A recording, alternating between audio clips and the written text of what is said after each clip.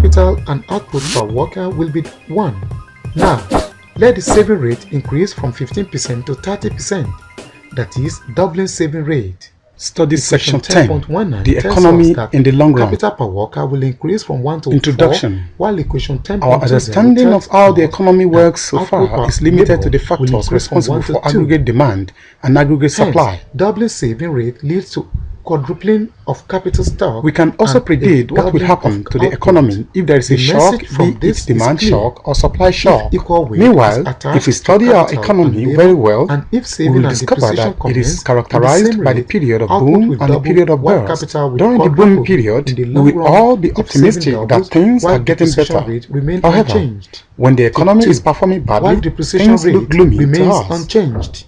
The ups and downs Capital and episodes economic may growth. be experienced several times Our a year discussion so or within far a period was of based say on 5 the to 10 physical years. capital, But the what amount of if we machines, think of the plants, behavior of the equipment, economy in say furniture, 30 etc. years or 60 years? Meanwhile, That is, scale if we look acquisition at the is also an performance of the important economy driver of over a long economic period of growth. time, we could Any find out economy that the that period of possesses many fluctuation highly tends to skilled disappear workers and a are steady much likely increase to in be aggregate productive output than an over time economy in appears. which most workers This steady are highly increase in unskilled. output over Increase in years human is what we capital call has been economic dramatic, growth. The particularly economic in growth of Nigeria. Nigeria has In the not been stable 1970s, since the some level of decades. literacy In was fact, around between 20% of 1981 the and population. 1984, In Nigeria 1990s, economy literacy recorded rate negative has growth, while increased to between over 1991 40%, while and 1998, in the the last growth rate decade, was below literacy has 5%. increased more than However, 65%. between 2000 Also, and government made 2010, basic growth rate education hovered around compulsory for the 6%. children, and to While make the this growth rate workable, varied over government time. at federal, state, and Between local 1973 government and declared free 1992, education growth at the rate primary of level. output per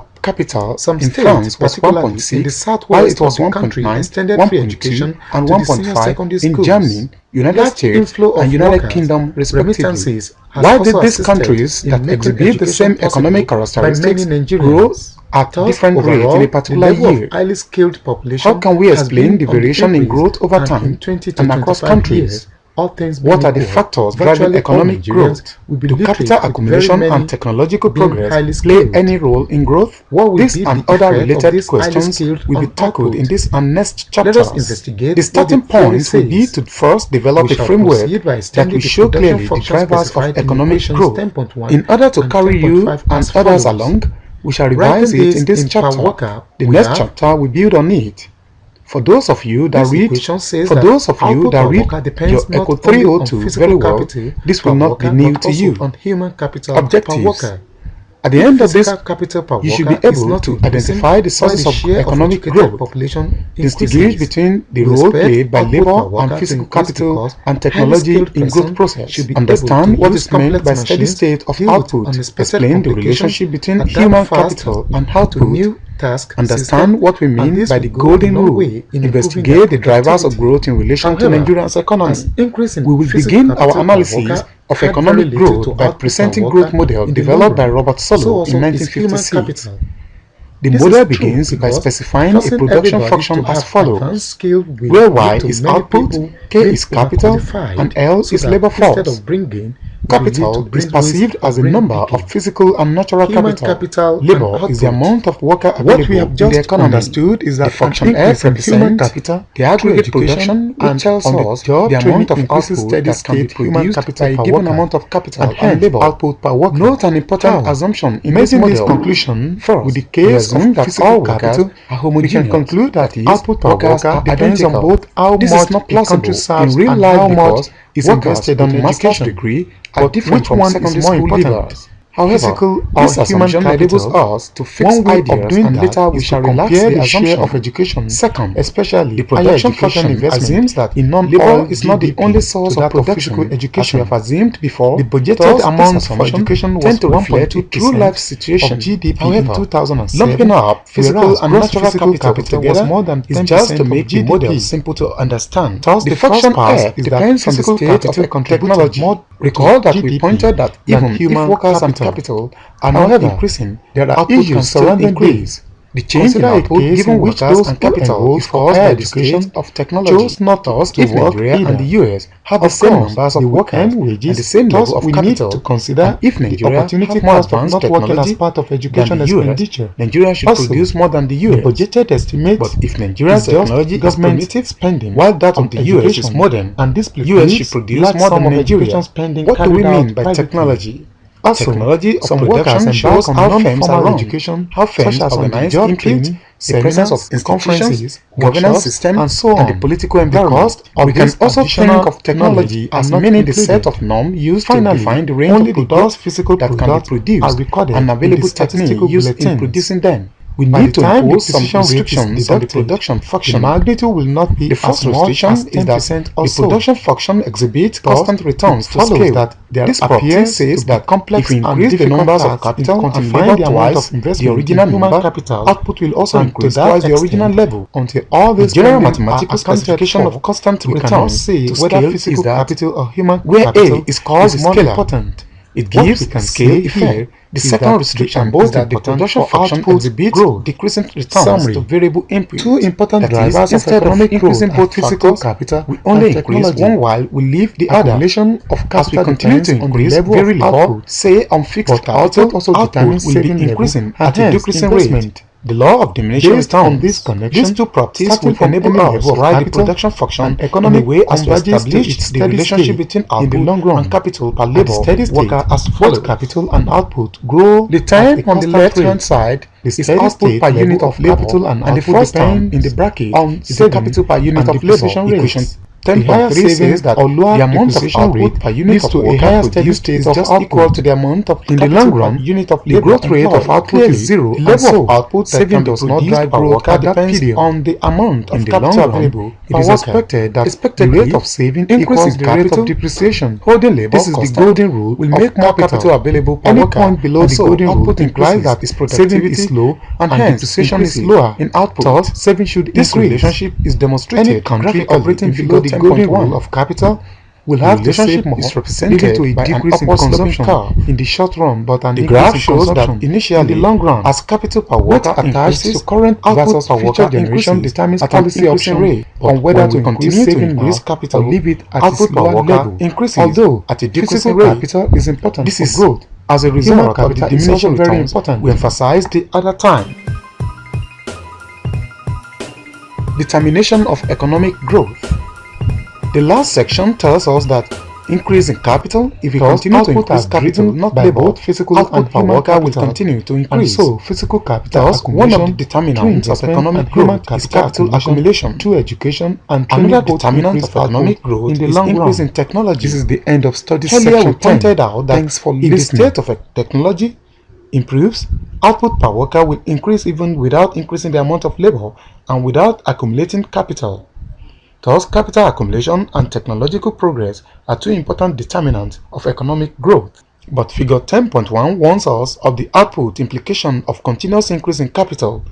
The graph tells us that if we want to sustain increase in output per labor, we should be prepared to accumulate very large capital because of the diminishing marginal returns.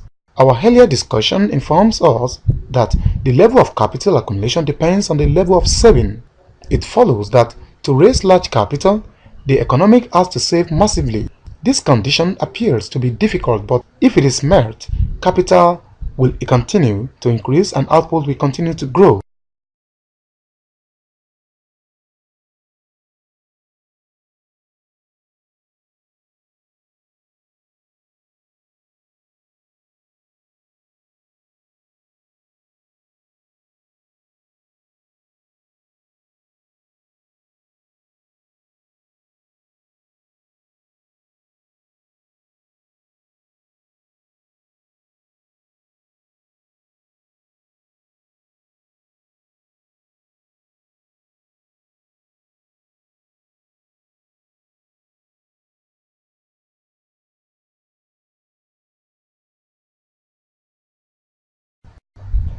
That is, if we assume that we will assume that L is the number of workers employed at full employment, the economy is at natural rate of unemployment. The second assumption is that population, labor force, participation rate, and unemployment growth at a constant rate.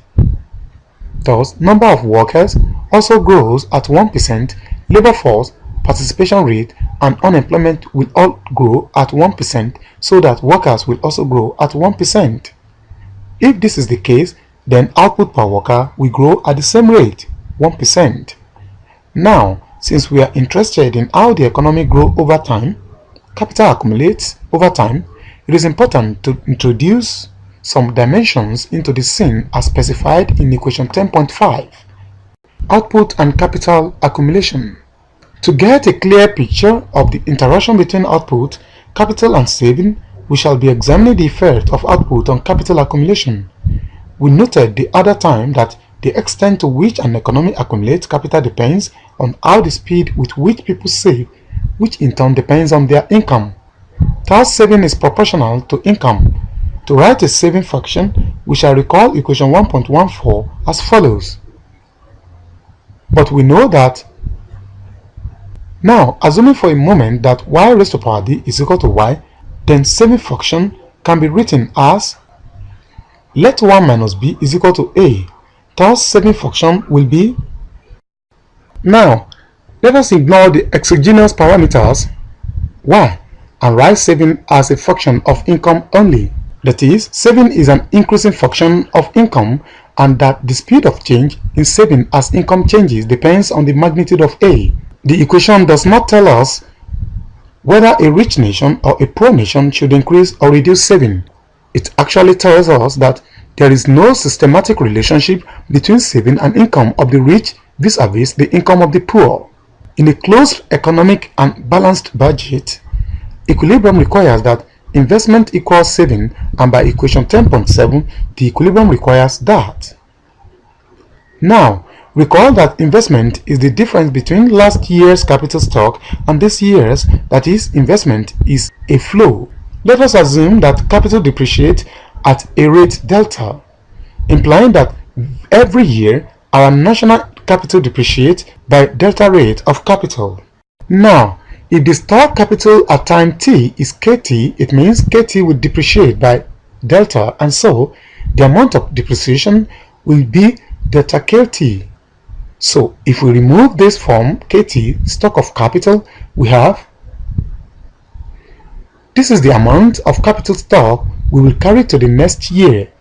Now, assuming that new investment carried out within that year is IT, it means by year t plus 1, our level of capital will be, that is, capital accumulated up to next year will be the sum of the new, take 2, will be the sum of new investment made and the initial capital less depreciation.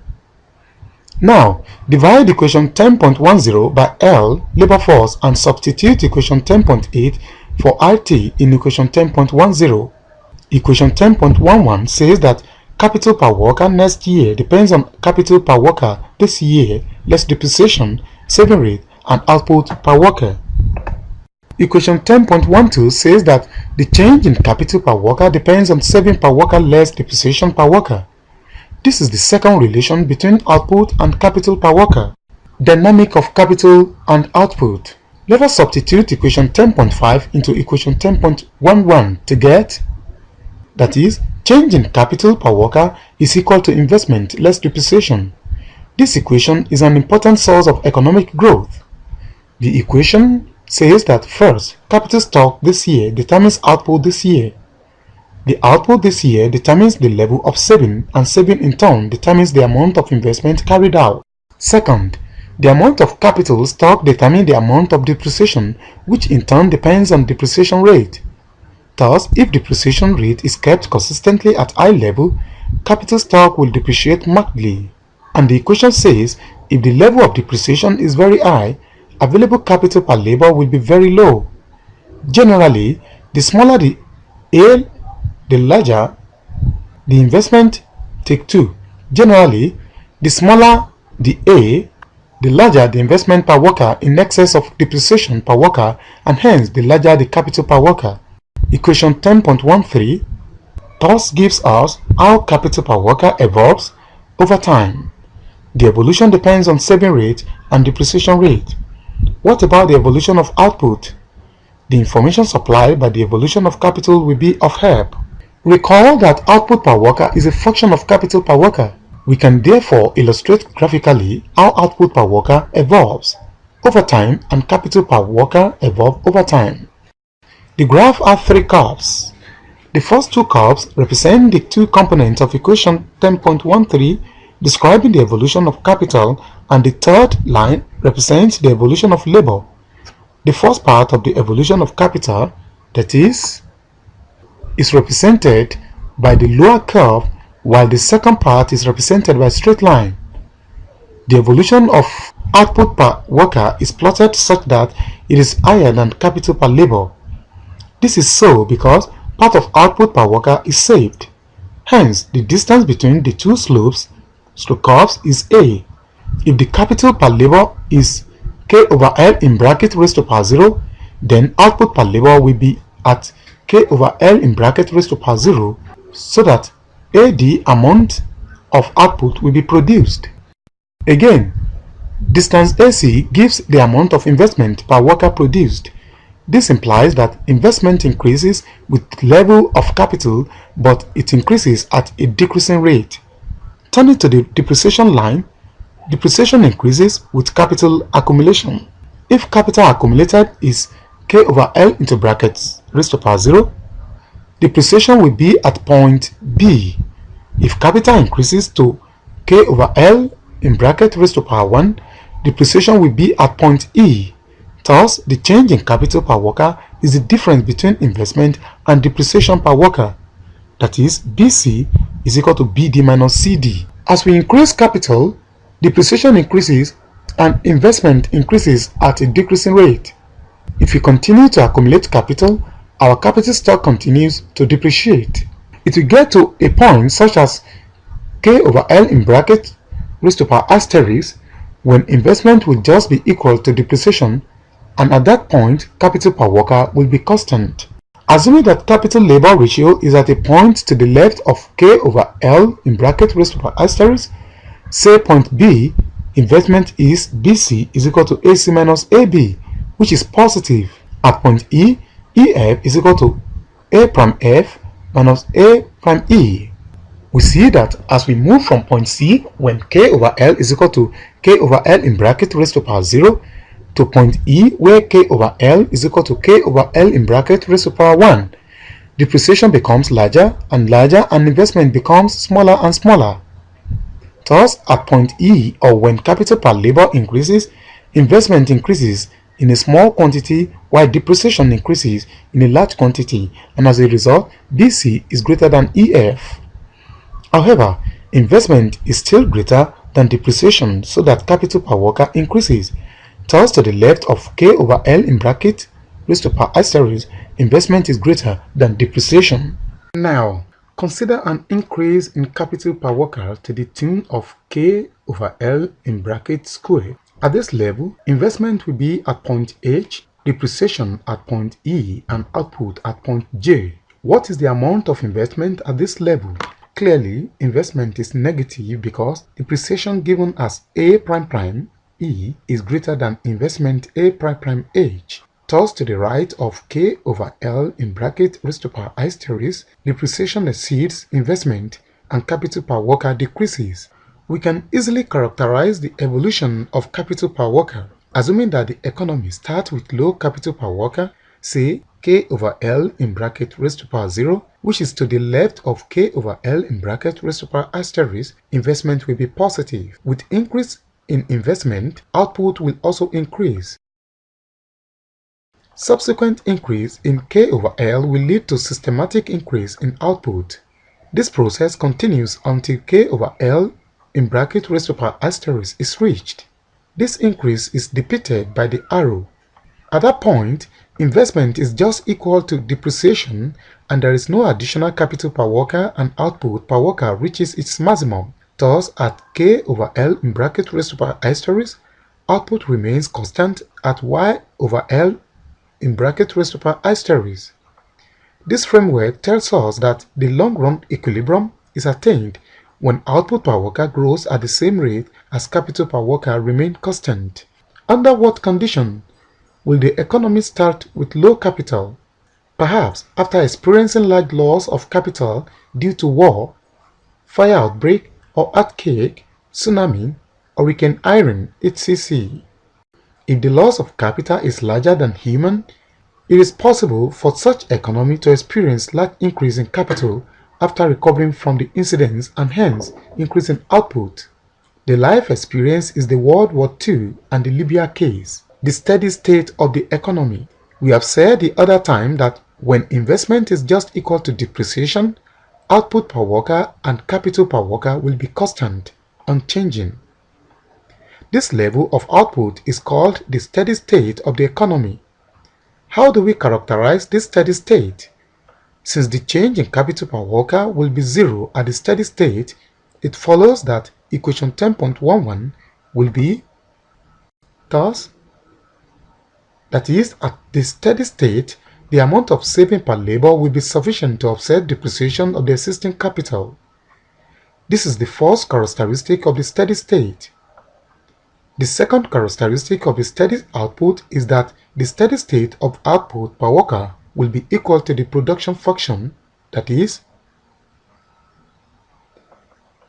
effect of saving on output over time and at the steady state. Our discussion thus far leads to three important facts about the effect of saving on output. The first fact is that saving rate determines level of output per worker in the long run.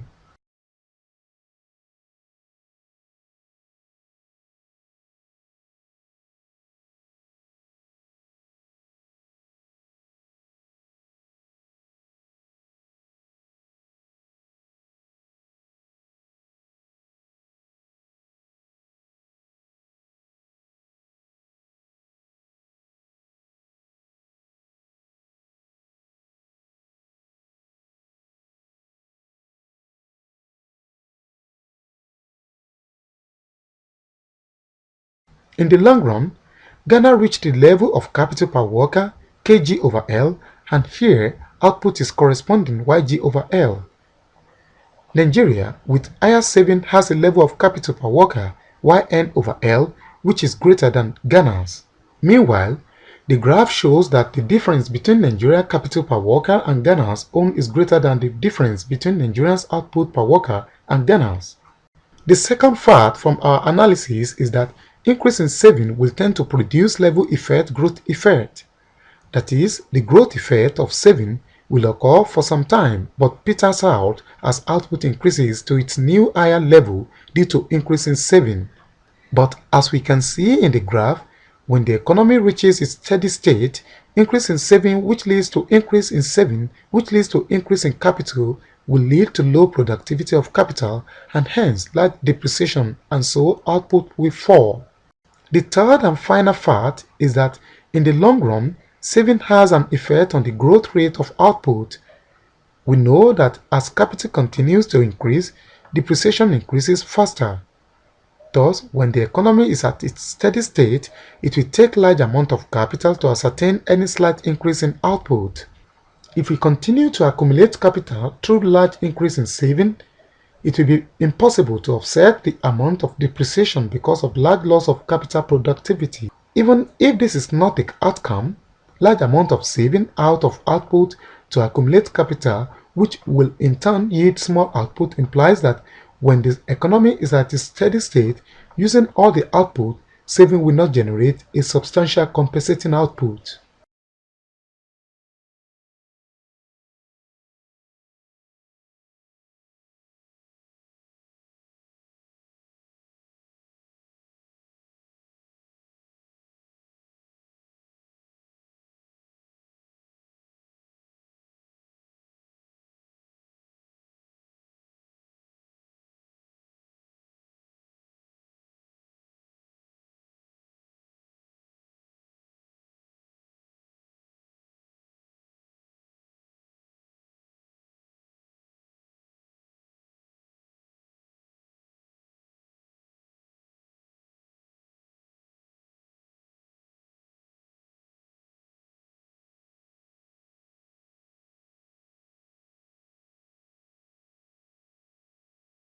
Consider a case in which saving rate is zero. This, of course, means that capital is also zero. If capital is zero, output will be zero and hence consumption will be zero. Now, if the economy turns all its output to saving, capital will become very large, and of course depreciation will also be very large to the extent that there will not be any capital to produce and consumption will be zero. Thus, between zero saving and 100% saving, there is a point along the line where consumption is positive and reaches a maximum value. When saving rises beyond the point, consumption will fall. When saving is below that level, consumption will increase. The level of capital associated with this is called the golden rule level of capital. That is, the level of capital at which long-run consumption is at maximum is the golden rule of capital. If capital increases beyond this point, consumption will decrease. This if an economy has large capital so that it operates beyond the golden rule, increase in saving will lead to decrease in consumption both in the short run and in the long run. Does that mean an economy must not save again? Not really.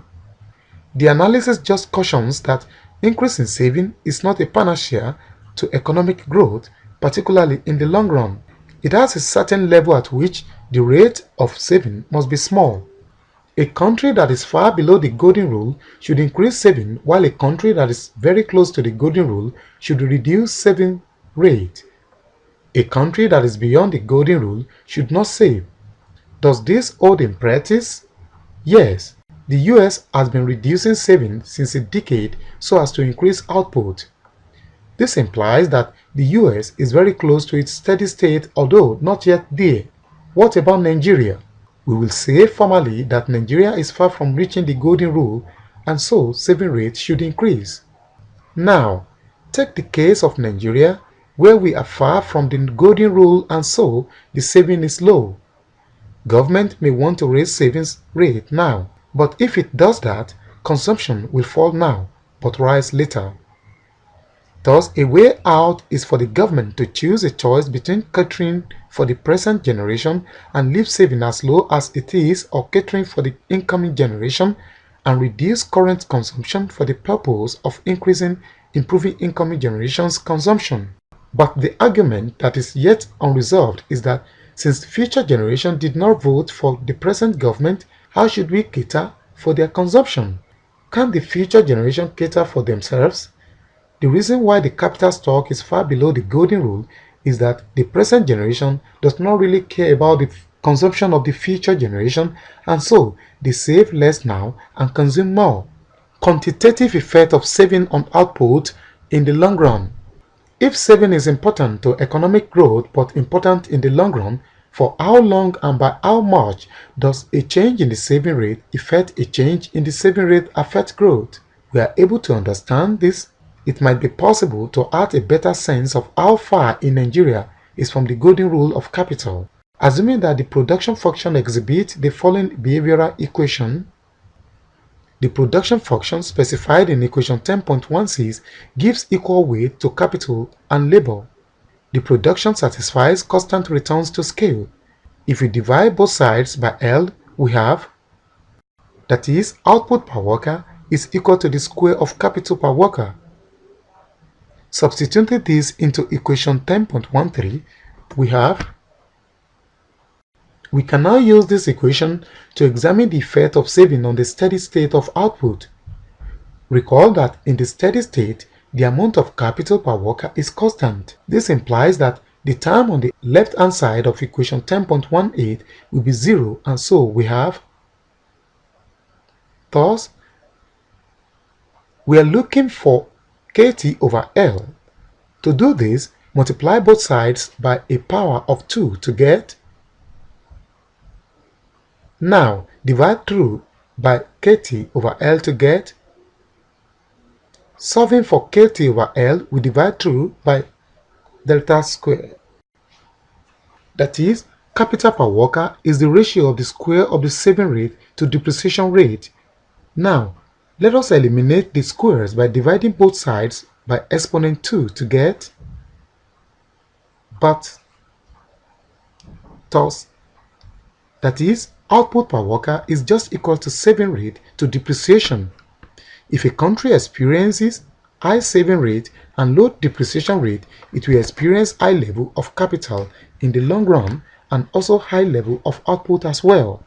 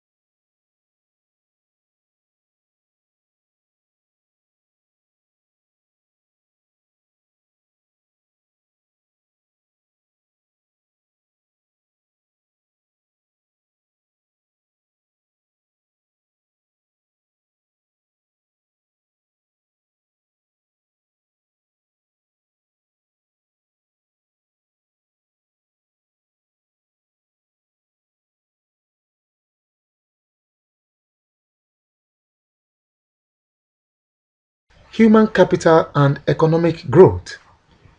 Our discussion so far was based on the physical capital, the amount of machines, plants, equipment, furniture, etc.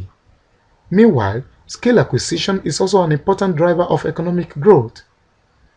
Any economy that possesses many highly skilled workers are much likely to be productive than an economy in which most workers are highly unskilled. Increase in human capital has been dramatic, particularly in Nigeria. In the 1970s, the level of literacy was around 20% of the population. In 1990s, literacy rate has increased to over 40%, while in the last decade, literacy has increased more than 65%. Also, government made basic education compulsory for the children, and to make this workable, government at federal, state, and local governments declared free education at the primary level. Some states, particularly in the southwest of the country, extended free education to the senior secondary schools. Large inflow of workers, remittances, has also assisted in making education possible by many Nigerians. Thus, overall, the level of highly skilled population has been on the increase, and in 20 to 25 years, all things being equal, virtually all Nigerians will be literate, with very many being highly skilled. What will be the effect of this highly skilled on output? Let us investigate what the theory says. We shall proceed by extending the production function specified in equations 10.1 and 10.5 as follows. Writing this in per worker, we have this equation says that output per worker depends not only on physical capital per worker but also on human capital per worker. If physical capital per worker is not increasing while the share of educated population increases, we expect output per worker to increase because highly skilled person should be able to use complex machines, deal with unexpected complications, adapt fast to new task system, and this will go a long way in improving their productivity.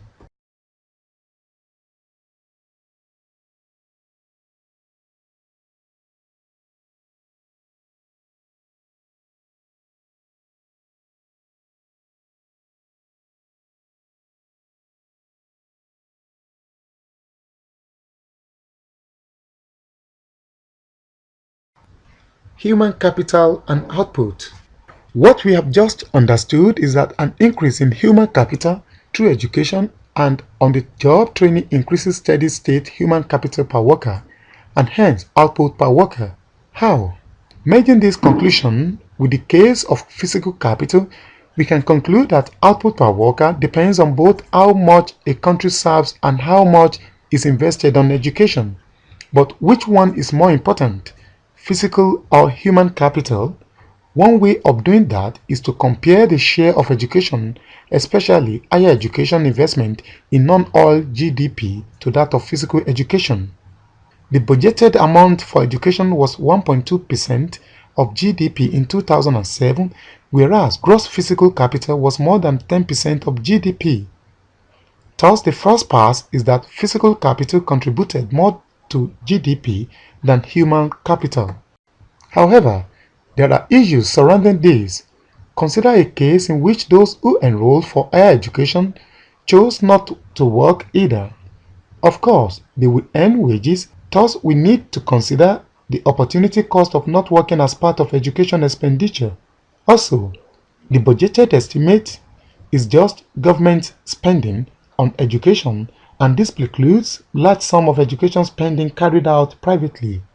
Also, some workers embark on non-formal education such as on-the-job training, seminars, conferences, workshops, and so on.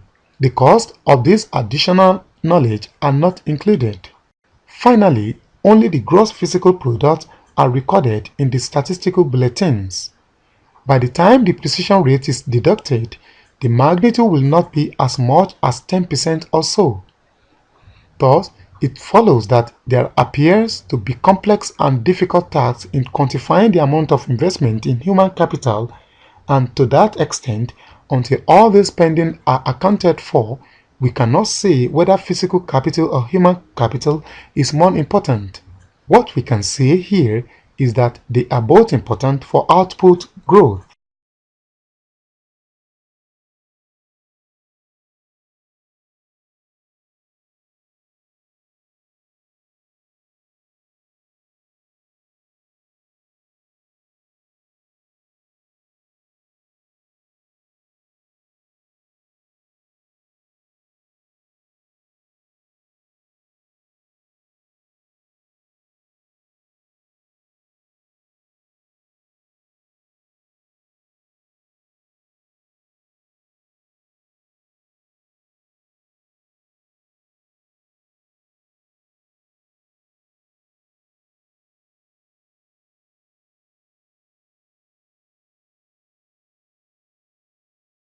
In the long run, it is expected that the rate of saving equals the rate of depreciation.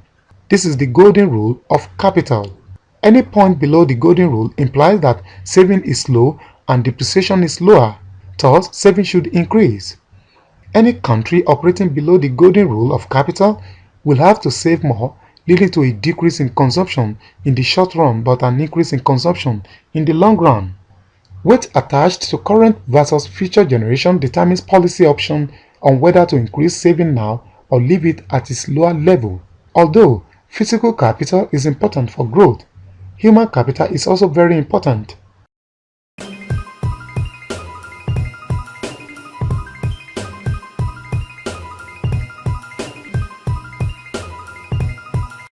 Thus, output are driven by both physical and human capital, and so physical capital accumulation through investment and human capital accumulation through education and training both increase output in the long run. This is the end of Studies Section 10. Thanks for listening.